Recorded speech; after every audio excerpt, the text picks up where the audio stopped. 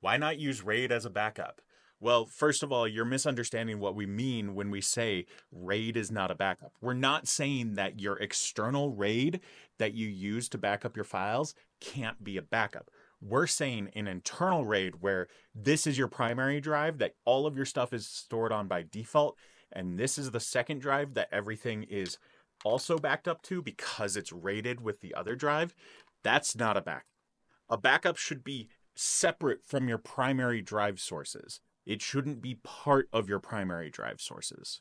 The main reason we say that is because when one of these drives fails, the other one has to pick up the slack. So when you're trying to recover all of the files so you can recreate your RAID to make sure you still have a backup and can keep going, that can cause this drive to fail.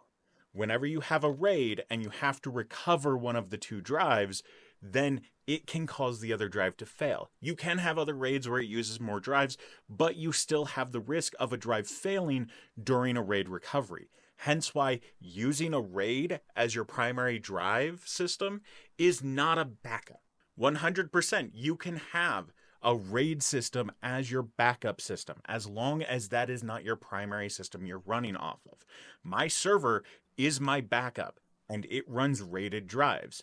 At the end of the day, the saying is RAID is not a backup.